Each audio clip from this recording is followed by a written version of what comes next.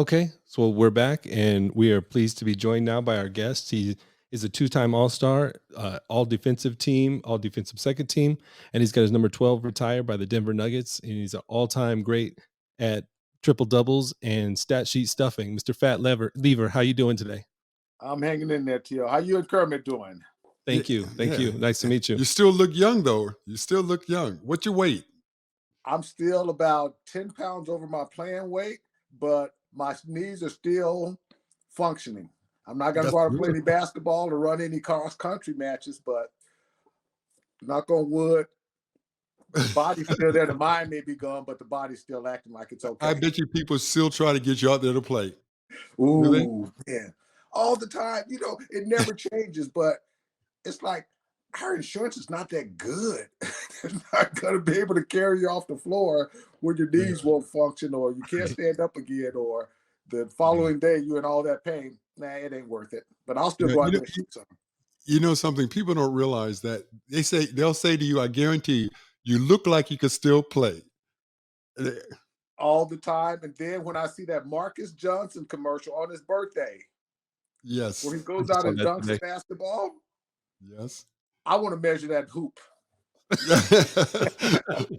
We'll tell him. We'll tell him. He said he pulled a muscle. We had him last week? Yeah, We yeah, had him on about a last week week, and a half ago or so. and I'm telling you, he's still with it. Yeah. I've known him just like almost I've known you. I've known him for almost 50 years, Yeah, almost 50. I admired him at UCLA and followed. We did a couple of camps and clinics on the Indian reservation in Palm Springs a long time ago.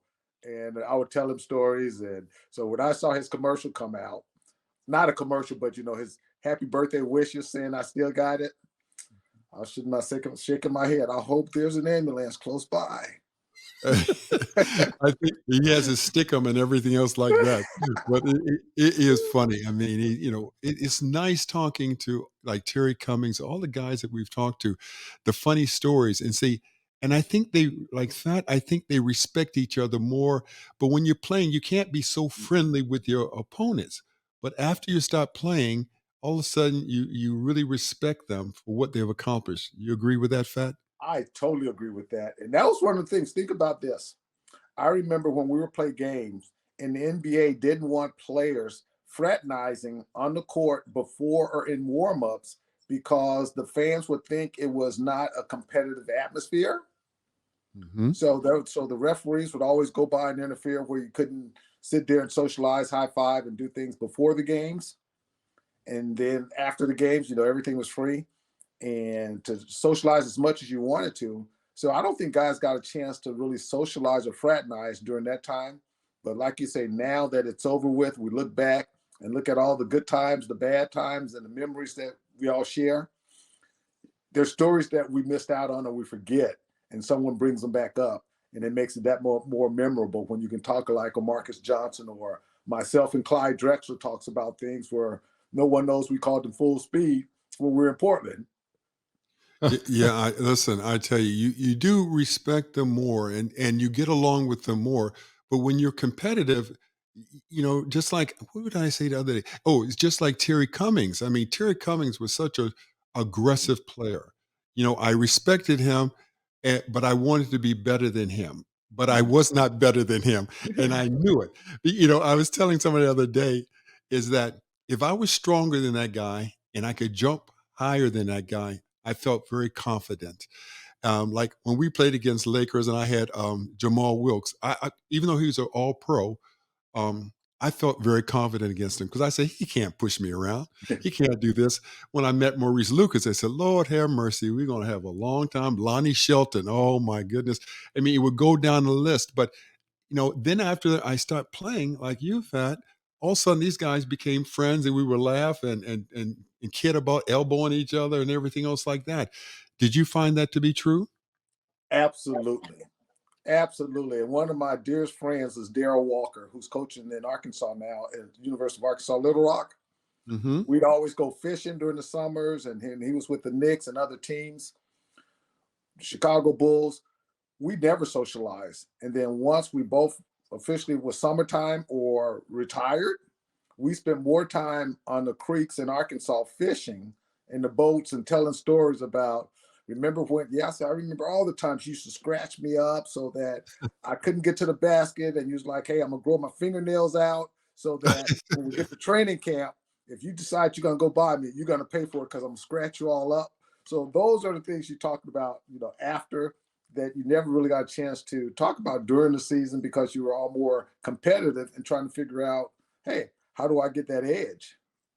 It's got to feel good too when you can sit back and not only assess everybody else and their totality of what they accomplished, but to look at yourself and see where where you fit in the history of the game, because you accomplished more than 99% of the players that have ever played the game.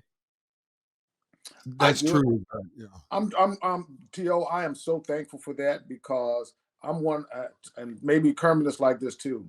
I really didn't enjoy playing the game back then or enjoying the game as much as enjoyed playing it, because now you can look back and look at all the old photos, the old videos, and just enjoy the experience. Whereas back then, or when you're playing or in the mix of it, it was a job and it was the things that you concentrate on all the time and Mm. didn't get that chance to enjoy it as much as you did after it's over with. Yeah, because you feel the pressure all the time. And you know something, Fat, because you played in Portland, I played in Portland. Even after I retired, when I would drive by the Coliseum going someplace else, my blood pressure would go up. I mean, this is a year or so after I finished playing. So conditioned when I'm hitting that way, a game is coming up. And tell me this, Fat. I used to always tell my wife, I've got to be the first one there to get tape so I could be taped and relax, before the game. And so I could sit there and just contemplate, okay, this is what I have to play. Were you like that, getting there early and getting taped so you didn't have to rush? I wasn't one that wanted to get there early, but I had a routine that I had to go through to make myself feel like I'm ready to play. And in Portland, for example, since the certain guys had to go at certain times, certain guys went at other times, like yourself. Hey, if you're gonna be there first, you had the first priority treatment to say when you want to be there or what you want to do. The rookies and the younger guys were always the last one to make that decision, but the routine never changed. If it was being there at 6 o'clock, there at 6 o'clock. But the routine to say that I'm going to put this sock on, this armband on, this is when I'm going to get taped.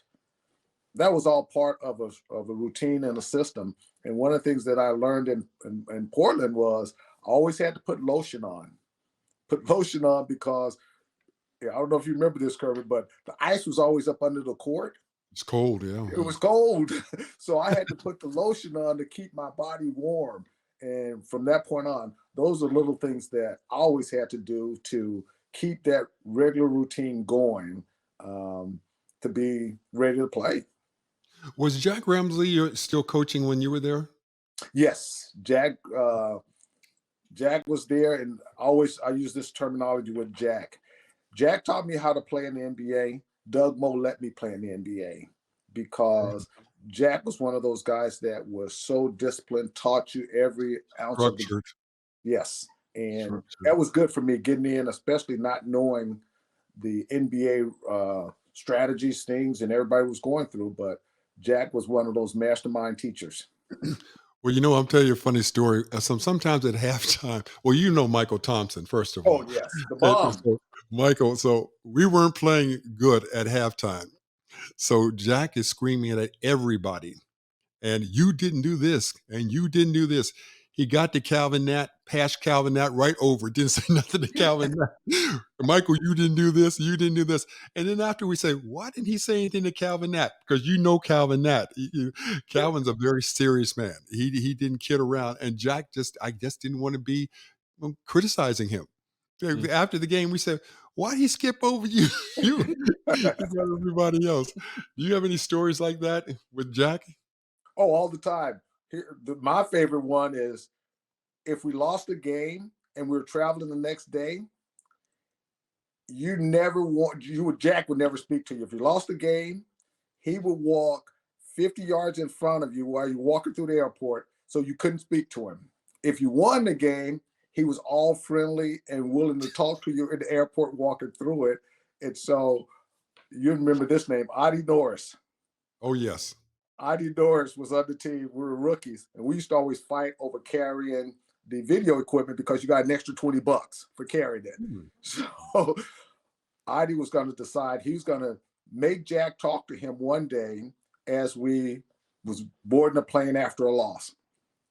And Jack screamed and yelled at him to the point where, and you know how big Adi was Mhm. at the time. Mhm. Adi was like, okay, I'm not going to say anything else after we lose the game. I'm just going to stay in the back of the line as we walking through the airport. So, yeah, those are the things that I remember about Jack, Coach Ramsey. But those are things that were lessons learned because he wanted you to be focused about the next game, even though you forget about the last one, you're focusing on the next game. And that was always his mindset. Well, is Michael Thompson still on the team with you? Yes, Oh Michael my. it was so much fun. And what was the name of the restaurant that he had? Union Station. There you go. On the trains, right? Well, because he now listen, because he was a player of the year in college, he had a lifetime, supposedly a lifetime Oh, going to the restaurant free all the oh, time. So, do you have a story about that? Fat? We lost Fat for a second. oh, I didn't know that. Is that why the restaurant started? That's why it probably closed down. Oh, Fat Lever, I'm gonna tell you, Fat. I'm gonna tell you a story. So he would take everybody to the restaurant free. Okay, so we were playing a big game. And Jack says, okay, Kermit, I want you to be in charge of Billy Ray Bates. Don't let him drink. Don't let him drink. Go out with him. So Michael says, okay, I'll take you guys to Union Station because it was free. He would just, and so everybody's getting drinks. And Calvin Nat was there. Everybody was there. And Billy said, Kermit, I want to drink. I was the captain of the team. So he says, I want to drink. I said, Billy, Jack said, don't drink. And he keep looking at everybody else drinking. He said, so then Michael finally says, Kermit, let him have a drink. I said, Michael, I'm getting in trouble. Let him have one drink. Now listen, he orders 18 ounces of some kind of rum with fruit all in it. And he is drunk the next day, doesn't show up to shoot around. Oh my God. And we were in Dallas. That's right, Dallas. And so the hotel was just part of it. You could walk right to the hotel. He says, Kermit, go get him. Where is he? I said, well, okay, I'll go get him. I get Billy Ray Bates up. He comes to practice. Jack made him run maybe about 50 wind sprints up and down the court. And he wasn't going to put him in the game. Now, if you know Billy Ray Bates, one of the most gifted, talented players you'll ever see. He just had three faults: alcohol, drugs, and women. I mean, those three things. Just the three, huh? So Jack wasn't going to start him, but we were winning. And so Jack put him in a game and he still had about 30 points. 30 points. Billy Ray Bates, I mean, if it wasn't for those faults, he had talent all over and Jack was yelling at me, why'd you let him drink? I said, you can't control Billy Ray Bates. Do you have any stories like that, Fat Lever? see, I never played with Billy Ray Bates, but I think I might have played against him one game, but I heard the stories and I saw some of the tapes of one of the most amazing, most physical, athletic specimens of a guard that I've ever seen, to the point where I was looking at some old videos of him that Jack had given us. And the only person I seen Kareem try to back away a guard that's going to dunk the basketball was Billy Ray Bates going to dunk on at Kareem, and Kareem is doing this, like trying to Yes. get out of his way because he was so much power, so much strength. And I didn't get a chance to play with him, but I heard all the stories being in Portland of his Legendary. Legendary. without question. So Legendary. he made Darnell look like a little kid in regards to the athleticism. Oh, and he was something else. And he was loved by the fans and he was so honest with the fans. It wasn't like he was hiding that he drank or hiding he did drugs. He just, he was just, people loved him. And after certain games, like on Sunday, all of a sudden you'll see him out there on the playground playing with some kids, basketball.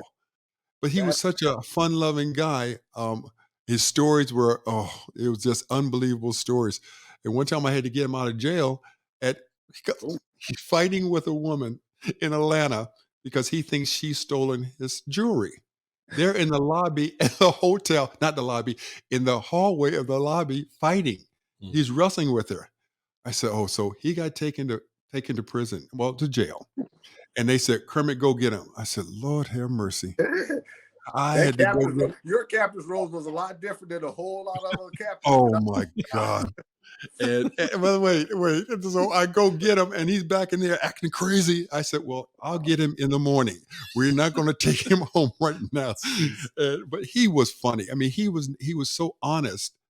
It was just so funny. But he still might have the highest average in the playoffs of any game, any player coming off the bench. He would come off the bench in the playoff series. He averaged about 25, 26. I don't know if that's even been broken yet. A guy coming off the bench, and he played against, I don't care if it was Dennis Johnson, Gus Williams, not, they couldn't stop him. He was too powerful. He was just too it's one powerful. that's one of the stories you hear about guys like that that was so unbelievable. And then just the power forward, Kermit would be like the true power forward back in our era. And then one of the guys that became the next so-called Kermit was Calvin that you played with. He wasn't Oh, the four man, but he was just like one of the most physical specimens. And if you looked at him then and looked at him now with his health being, back and forth, he decided to get in the weight room a little bit more and become a bodybuilder and a really body specimen. So he's still I doing it, told, doing it the I, hard way. to- I told you we called him Pit Bull. Did you guys still Yep. call him Pit Yep. Bull? Called him I, that all and, the way through. And Jack was scared of him. Jack would yell at everybody, but not Calvin. Because Calvin just sit there with that scroll on his face. I said, "Oh my goodness!" But he was a tough player. Oh, He was tough. I'm gonna tell here's you the a funny story about Calvin. Larry Bird. We were playing in Seattle, and Larry Bird had 4 points. Playing in Seattle, and they came down to play Portland. I said, Calvin, you better either get on him because, fact, superstars don't have two bad games in a row. hmm Calvin said, "Oh, I got him. I got him." I said, "Calvin, you better stop him because his ego is hurt." He came and got like 45 against us. And I said, "Calvin, I told you. I told you." Fact, but tell me some of the superstars players that you played against. There was a lot of great players, and you were one of them, in my opinion, that you just admire when you even played against them. The first person because I'm one that believes that you can never really look up to someone unless you see that person on a day-to-day basis and see how they struggle, see how they go through the challenges and tribulations. And I always admired Alex English, even Oh, before I got to Denver. And watching what he did on the court and off the court, and then getting a chance to see it firsthand with him in Denver, it just showed the true professional that he was on the court, as far as being one of if I'll say the most elite. prolific scorer in the '80s during this era, and then off the court, as far as what he did that many forget, he was one of the first guys to get the players in the All-Star game to donate their checks to African relief programs. That's very So, so he's one of the guys that I admired more most anything. But Calvin Nat and Wayne Cooper was my guiding forces because when I was traded from Portland to Denver, I was with those guys. I had Wait. never Tell been them to a trade. about the trade first. Tell them that's ridiculous trade. Tell them about that trade. Well, that was the trade that I think was the first time that you had 6-for-1 going into a trade program, but it was for the Kiki Vandeweghe. Kiki Mhm. went to Portland.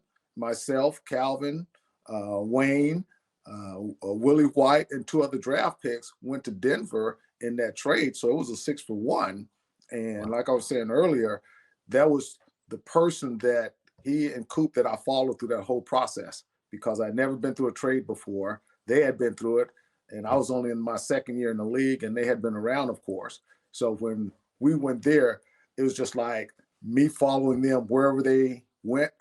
Once we got to the airport, once we got to a car, and even when we moved into Denver, I was like, okay, I can't afford an apartment as nice as you guys, so I might as well just go over here to the side, but I still want to be close by because those are the guys that I looked up to because I saw them on a daily basis. I worked out with them, and that was my whole mindset. The big players like the Michael Jordans, um, I'll even say the Kelvin Ramseys and those guys before I got there, the works. Um, I didn't see them every day. So I didn't know what their routines was, but I saw what players like Calvin, Alex, Clyde, the guys that I was on, my teammates that I could say were ones that, yeah, I knew what they went through, good, bad, or indifferent. And even when I was in Dallas, I was hurt most of my career in Dallas for, 4 years. And Rolando Blackman, Derek Harper, Brad Davis, and all those guys, Roy Tarpley, those were great, great athletes and players. But I didn't get the chance to spend a lot of time with them because I was always hurt and injured until my last season in the 93-94 season. Well, I tell you though, I think the move for Denver was perfect for you though, because you are a runner. What did you think about that? It was perfect. And that's why I go back to saying that Jack taught me how to play in the NBA. And then Denver's running style with Doug Moe, he gave us a chance to show those talents. For me to get up and down the court, push the ball in a high tempo transition game. Wayne Cooper got a chance to show his ability to shoot the ball from the outside. And Calvin Nat was already an all-star. And Yeah. he did whatever he wanted to do and did it very, very well. And the other guys, the draft picks, and Willie White came in and became one of the guys out of Tennessee that was a stickler that came around and stayed. And it worked out for both teams. Portland did well with Kiki, and the Denver Nuggets did well with myself and our crew coming over from Portland Trailblazers. Well, you had obviously had a great college career, and you played on a high level competition with high level competition. Was that the time where you felt when you got to Denver, did you feel like that's when I arrived? I would say the summer of my second year in Denver. And I say that because that was the time where Calvin had some injuries and I got a chance to see how hard he worked. And then I got a chance to learn from there and become more of not just a team player, but understood my role as a point guard / guard in general at that point in time. So it's when like everything came together, all the Yes. opportunity and your ability at the same time. Yep. Mm-hmm. Okay, I had a question because we always heard Doug Moe didn't run plays. Is that true? Doug Moe is the most masterful coach at designing a play at the last minute of any situation that I've ever been around. And I'll say that because he would draw up plays that we never ran in games, and we go out and execute it. And it was so simple that we didn't have to practice it a lot to understand it, but it would work. But in practices, we did a lot of running up and down, and he had certain rules of the motion offense that worked. And then when it came down to isolation plays, if you got one of the most prolific scorers in the game, and Alex, just throw it to the side, throw it down to the box and let him go to work. And then you work off of that. But he designed plays and we ran plays. It was just not as many as you would see on a score sheet or in the playbook as we see today. Yeah. Well, you know what? You're talking about Alex English. I used to have to check him all the time. And what I told people why he was so difficult, he shot off the wrong foot a lot of times. Or you were aware of that, right? He would shoot off the wrong foot and he would make it. He was always so smooth. But you guys had nothing but weapons on that team, though. Nothing but weapons. Yeah. That's why they called him the smooth one. That's Alex English. He was the smooth one, T.O. And he wrote poetry. Yeah. I think he was an artist too. I can't remember. He showed me some of his poetry sometimes. And I thought, man, this man is talented. Yeah. I remember seeing that when he had like a book reading for his poetry. I remember seeing that when I was a kid. And I remember it was a poem about, he's talking to a woman and he says something like, books say that Cleopatra was the world's most beautiful woman, but Cleopatra was before you. And they were like, oh. How's he doing now? I like that one, though. Do everything like you love me, and other things like a real G. I don't need nothing you do for me. It's all good, just love me. Do everything like you love me, and other things like a real G. I don't need nothing you do for me. It's all good, just love me.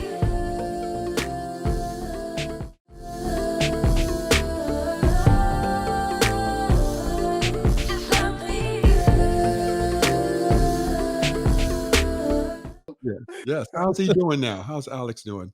He's doing really well. Actually, he was back. He's doing a lot of stuff around South Carolina. He's putting on his golf tournaments and doing fundraising for charity back there. But he's done the other one. He did the movie, and that was one of the first times I remember becoming a superstar, where he did a movie with Gregory Peck. It was called Amazing Grace and Chuck. Oh. And we had the premiere in Denver, and I'd never seen so many stars come out that were starstruck. And then I think he did another TV series called The Midnight Caller. Back then, we didn't have cable, all the streaming services, but the Midnight Caller, where he was like a mayor of a city or something like that, overseeing the political atmosphere. So he's doing very well. He's doing very well and still having a lot of fun. And one day I'm gonna beat him on the golf course.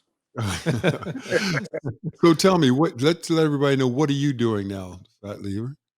You know, Kermit, I'm back in Phoenix, Arizona. I was with the Sacramento Kings for a number of years. So I've been doing some broadcasting and some work with the Nuggets on their altitude broadcast for a while.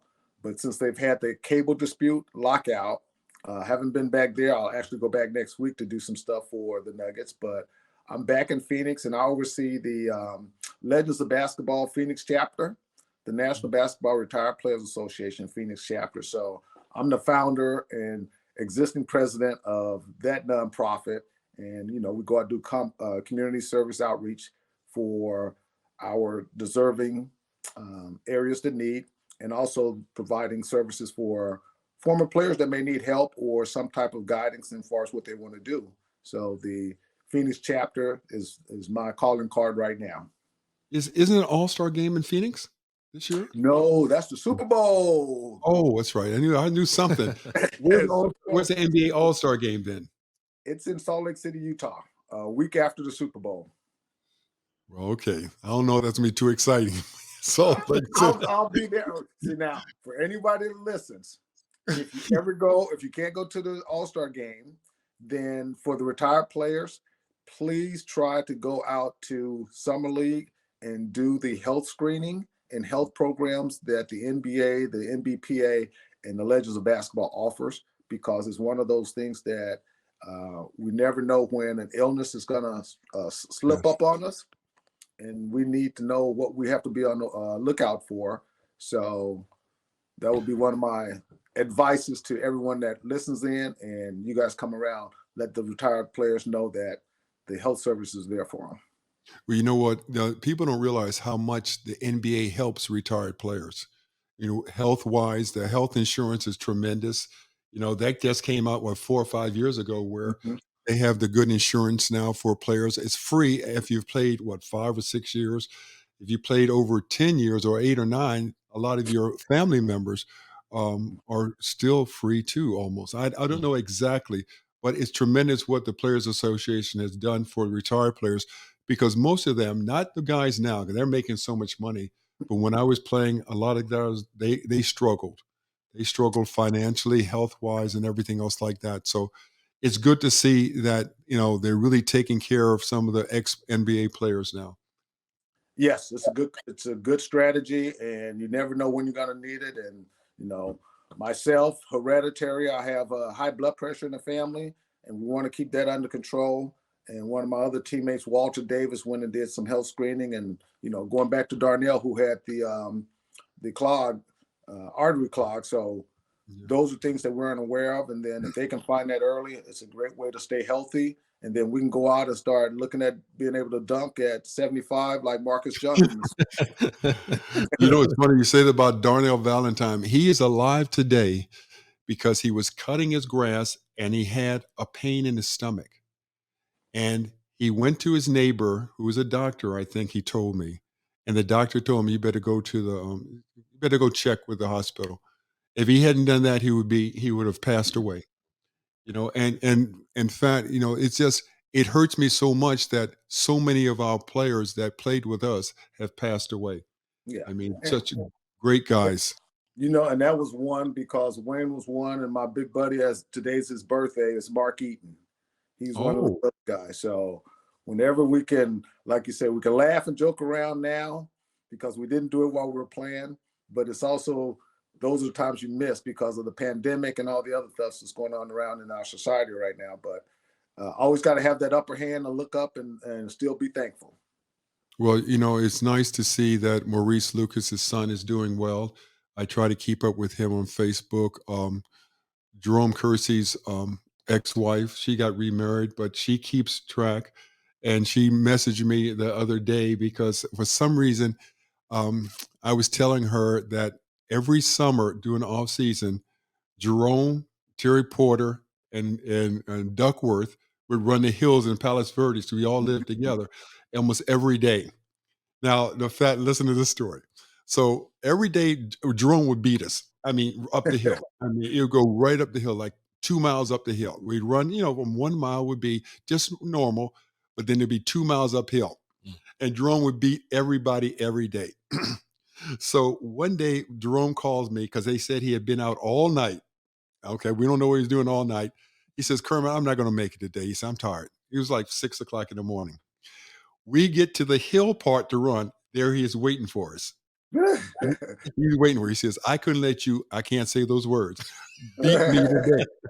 And you could tell he had been out all night. He beat us up. I tell you what's funny. It was me, Terry Porter. And so the first maybe a quarter mile, we had him. We looked back and he's behind us. We were smiling. We said, we're going to get Jerome today. All of a sudden, it sounded like Secretariat coming behind us. He come and beat us up that hill. He said, I couldn't let you blank beat me today. He was something else. He was, you know what, Pat? I tell people he was a great athlete that happened to play basketball. Who would you compare him to in today's game? Oh, the effort he put out. How many people did he run down half the time? Guards that were going on a fast break.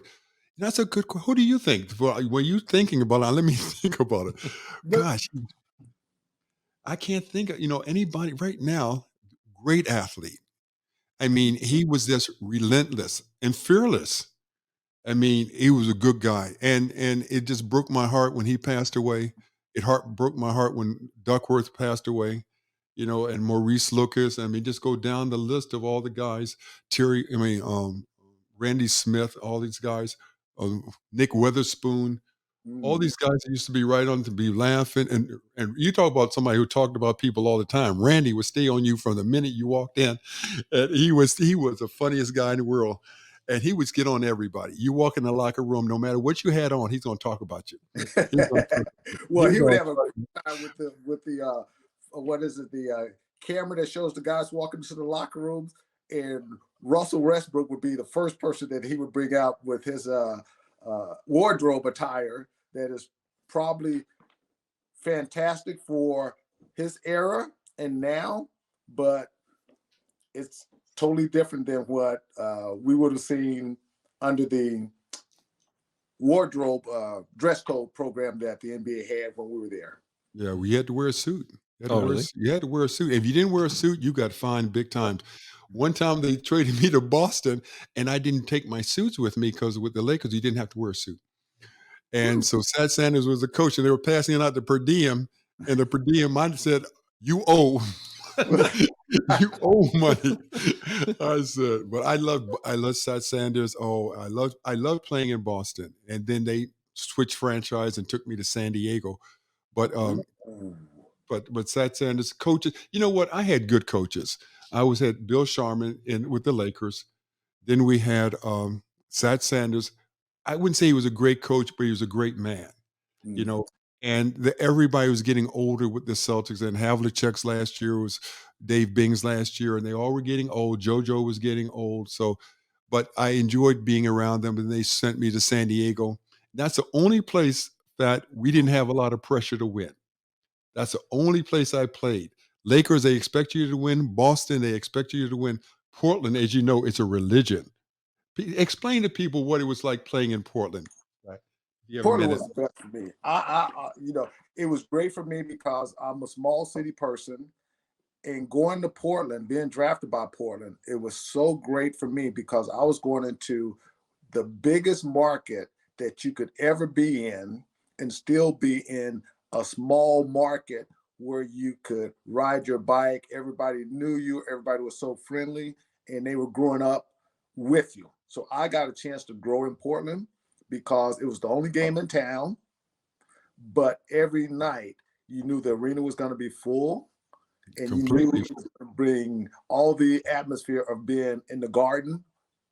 And as soon as you left, it was just like being at home in your own little neighborhood where everybody knew each other and got along, and nothing Didn't was bug you bad. to death? Didn't bug you to death? No, didn't No. bug you to the point where it was bothersome. They asked for autographs and things like that. I still got the glasses with that they put out for, what was it, Shakey's Pizza or something like that, and they put the players' glasses on it. And I remember going to that pizza place all the time, sitting there eating. Yeah, a They few probably famous didn't make people. you they probably didn't even make you pay. Oh, You I know? paid. They weren't that nice, but it was one of those things where they knew who you were because you were a Blazer. And I went back for the 30th reunion a few years ago with Jim Paxson Mhm. and had a blast. A blast. Had great atmosphere and got a chance to drive around and still see. Now, we weren't in the Coliseum for the reunion, but the Motor Center was right next door, and we still got a chance to go over to the Coliseum just to see it. Yeah, that you know what, I love that. You know, we never saw an empty seat. No. And it wasn't we never had negative press back then. Even when we lost, you know, they had a great effort. The Blazers played with a great effort. And, you know, it was just it was special. Just what you said, it was special playing in Portland. And I think, you know, I think the players should appreciate playing in an environment like that. Because other cities, if you don't win, they're on you. Yeah. But And but what no, and I'll go back to one other thing as far as the Portland and the supersonic rivalry. Right down the interstate to play those games. You got on that bus, went down, played, got on the bus the next day and played games and had training camp over in Vancouver for the Blazers in mhm, Washington. So yeah. those are the rivalry games that I always think about every time I go to Portland, because that trip to Seattle was a quick day trip, but it seemed like it was a week-long trip because of the competition, Blazers fans driving down, and of course the great Supersonics fans they had back at that time. Oh, they had some talent down there. So when you were there, was Gus Williams and who were the guards in Seattle? Gus and DJ were the ones when I was in Portland, and downtown Freddie Brown. I'll never forget that day. My first game as a Blazer, he lit me up so bad that Jack pulled me out within 30 seconds of the game. And like, did you read the scouting report? Do you know who he was? I was like, yeah, I knew who he was, but I didn't realize he could shoot the ball that quick and that far out. As soon as Oh yes, yes, downtown yes. Freddie Brown. Yeah, yeah. Downtown. I mean, they had a good with Lonnie Shelton. And then it's Sigma. They had a good team, Yeah. and we played against them very well. Do you remember who were the guards with Phoenix at that time? Westfall, Kyle Macy, and before DJ got there, um, Charlie Scott, Oh yeah, Charlie Scott. Yeah. See, and of we're going course back years. the Greyhound was there too, Walter Oh, Davis, and so you know those. what? He should be, in my opinion, he's a Hall of Famer, I think. What do you think about that? Oh, without question, I do too, and I think that if he was still in Phoenix, there's actually they just honored their 92 team, 92-93 team here, but you go back and look at that team when he was there, and they weren't winning as many games, but they were so much fun to watch. Yeah, And Chambers, yes. they were fantastic. And Yeah. I'm a Yeah. You had loyalist. mentioned that Jim Paxson, and I know his brother and his dad played in the NBA, and then you have a son that played in the NBA also, right? Well, he tried out for the Spurs, but didn't make the team. We didn't make. Oh, But okay. he played with the national team down and doing a lot of work in Mexico, Oh, and okay. doing a lot of stuff with basketball without borders and the training. And one of my mentors at the time, his son Mike Bibby. So the dad Right. Henry Bibby is down there Yeah. working with him. Well, that's what I was going to kind of come into. What is it like when you watch the games now, like through your lens, when you see all these kids of former players that you played against, or even some of them even before you. It's like these just generational thing. I love it because that's what makes me go watch the games. I like going to watch the games if I'm not broadcasting it or doing stuff with the team or the NBA. I love having a personal attachment to it because it keeps me more enthused and intrigued in the game. Nice. Because I'll look at one of the players that dad played with me or against me, or I heard the name somewhere. I'm like, okay, well, his dad wouldn't have done that. Oh no, his mom's gonna yell at him when he gets out. So things that you can have that personal attachment to makes me a bigger part of the game. That's why I bring up Mike Bibby or a son that plays. And so when I look at the games, that's the first thing that I think of. And when I was with Sacramento, I look back at some of the guys that were still playing, like a Kevin Martin, a Yeah. Mike, Jason Thompson, and one of the guys, Spencer Hawes from Washington up in the Northwest. So those are the attachments that keeps you intrigued in the game, because as long as you know someone there or some affiliation, it makes the game more interesting and keeps your attention into it longer. Well, who are some of your favorite players? Then we're going to keep me much longer. Who are some of your favorite players that you like to watch? I always like watching Rolando Blackman. And the other guy, and I'll bring, because they were teammates, Roy Tarpey was one that I enjoyed watching on the West Coast. Very talented. Very talented. And then, of course, when I go back and look at some of the guys now, of course, Russell Westbrook is one of my favorite players, and more athletic. And everybody try to do a comparison with me, nowhere close. That guy is so athletic and so entertaining to watch. The guys like Stephen Curry, I like watching them because you look at the pictures of he and his dad when they were playing, and he was with Charlotte, and bringing back those type of memories. So I enjoy watching the game. I like the changes, and I think it's more compared. I compare it more today's game to the international game back when we were playing, as far as the pace and the not as physical of a game that we played in during our era, but the less physical, uptight tempo type of game that international players were playing back then. That's what I see now. Well, you know what? When I was playing, the center was the most important player. Now I think it's the guards. Yes. I think it's the guards. You got to have good guards. It can shoot threes.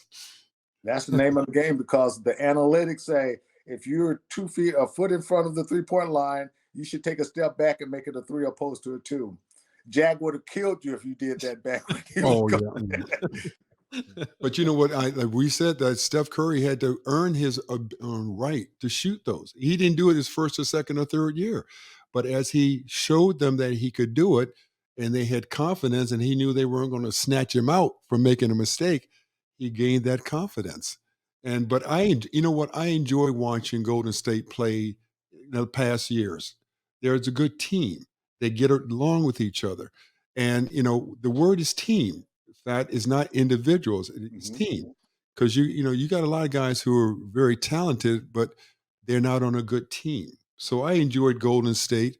Um, I do still love Kevin Durant though, and Kyrie Irving.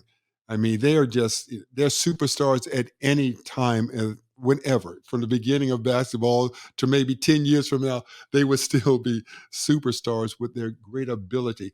Now, if you had to check Kyrie Irving, how would you do that? First thing I think is you have to be a little bit more physical with him. Even though he's a bigger type of a guard, he's a scoring guard first. You have to be more physical with him, and then because once he gets the ball in his hands, it's hard to take it away from him. So deny, and then once he gets the ball, you've got to be a little bit more physical. And the problem with being a little bit more physical with him is that they're going to call fouls on you. So at some point in time, I would always want to send him toward a bigger guy when I'm guarding him, to make sure that he got closer to that big guy who would affect his shot if he went up to shoot it, or to make sure that he wasn't going to get all the way to the basket and put the bigger guy in foul trouble. Okay, this is my last question. Who's the best point guards in the league right now? The best point guards as you look at them in the NBA. Who would you consider the very best? Of course, I think Chris Paul is going to be one of the better ones, even though he's out and not playing. Oh, I lost him there. We lost you. to score. Stephen Curry is going to be there. And I also look at, what's his name? Devin Booker from here in Phoenix, because he understands the game and he does it quietly, but very effectively. And so those are the guards. And I always go back and I always ask the question, who is the hardest guard you ever played against in the NBA? Without question, Isaiah Thomas.